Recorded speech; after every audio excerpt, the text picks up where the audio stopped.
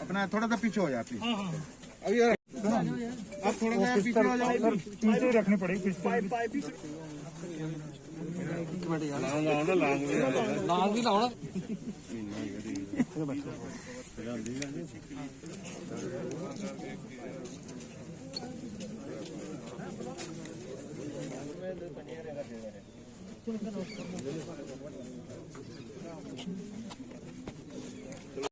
मिल लेगा ओके।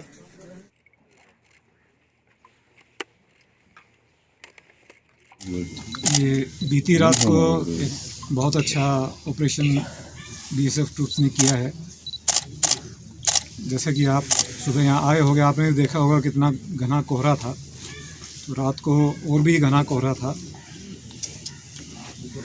और उस कोहरे का फ़ायदा उठाकर नारकोटिक्स की स्मगलिंग की कोशिश की गई है। और हमारे जो सर्विलेंस इक्विपमेंट है उसमें कुछ मूवमेंट पकड़ी गई, जिसके तहत जो फॉरवर्ड ड्यूटी पॉइंट्स पर जो ट्रूप्स तैनात थे उनको अलर्ट किया गया और पाकिस्तान की तरफ से जब फेंस के नज़दीक वो लोग पहुँचे तो ट्रूप्स को कुछ दिखाई दिए हरकत, चैलेंज किया गया और उसके बाद जो कार्रवाई की गई उसमें 3 स्मगलर्स जो पाकिस्तान की तरफ से आए थे उनको न्यूट्रलाइज किया गया और सर्च के दौरान 36 पैकेट जो नारकोटिक्स के हैं वो पकड़े गए। एक पैकेट लगभग 1 किलो के आसपास का है। उसके अलावा बॉडी सर्च किया गया, जो उसमें से एक पिस्टल की बरामदगी हुई है जो कि उस पर ब्रेटा नेक लिखा हुआ है, मेड इन इटली, जिसके साथ में एक मैगज़ीन और 9 राउंड हैं।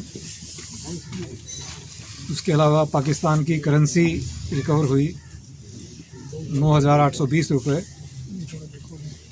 एक नाइफ और एक कफ सिरप की बोतल मिली है, जो बोतल भी मेड इन पाकिस्तान है। तो मैं एक बार फिर से अपने अलर्ट ट्रूप्स को बधाई देना चाहूँगा, जिन्होंने जो भी अटेम्प्ट सीमा पार से अभी तक हुए हैं लगभग पिछले 1 साल में, एक भी ऐसी कोई घटना नहीं हुई है जो अनट्रेसेबल रही हो। और जितनी भी घटनाएं करने की कोशिश की गई हैं उसको निस्ते नाबूद किया गया है और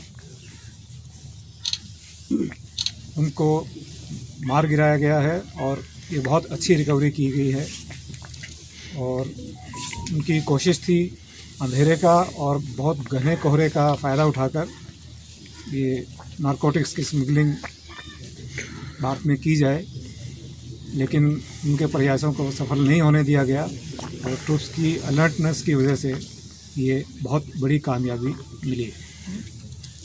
सर, जनवरी से लेकर अब तक हम बात इनपुट्स लगातार आते रहते हैं और पिछले कुछ हफ्ते भर से या 10 दिन से और स्पेसिफिक किस्म की खबर थी हमें कि कुछ इस प्रकार का प्रयास किया जा सकता है।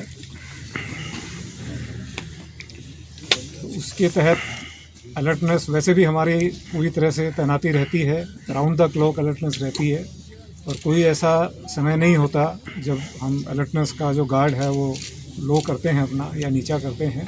हमेशा ही ऊंचे दर्जे की तैनाती और अलर्टनेस हमेशा बनी रहती है। और आपने भी देखा होगा कि पिछले कुछ समय से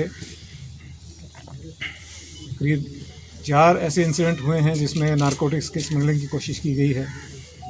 एक कुछ दिन पहले ही हथियारों की बरामदगी की गई थी और 9 घुसपैठियों को अभी तक इस 1 साल के दौरान मार गिराया गया है। जितने भी प्रयास किए गए हैं सबको मुस्तैदी से विफल किया गया। सर, जितने ये 3 घुसपैठिए हैं, क्या लगता है कि पहले क्योंकि नारकोटिक स्मगलिंग में ज़्यादा से ज़्यादा 1 या 2 लोगों को देखा गया, तो नंबर बढ़ रहा है, क्या समझें जो जम्मू का बॉर्डर है अब इस पे नारकोटिक्स तो ज़्यादा चैलेंज रहेगा आपके लिए? देखिए 3 लोग, जितना सामान आपको दिख रहा है उससे आपको अंदाज़ा हो जाएगा कि 3 लोगों की ज़रूरत थी इसको कैरी करने के लिए। एक पाइप है प्लास्टिक का बड़ा, उसके साथ में 36 पैकेट हैं जो नारकोटिक्स के हैं, और सामान जो मिला है, तो इतना सामान उठाने के लिए और पार कराने के लिए इतने लोगों की लगभग आवश्यकता है।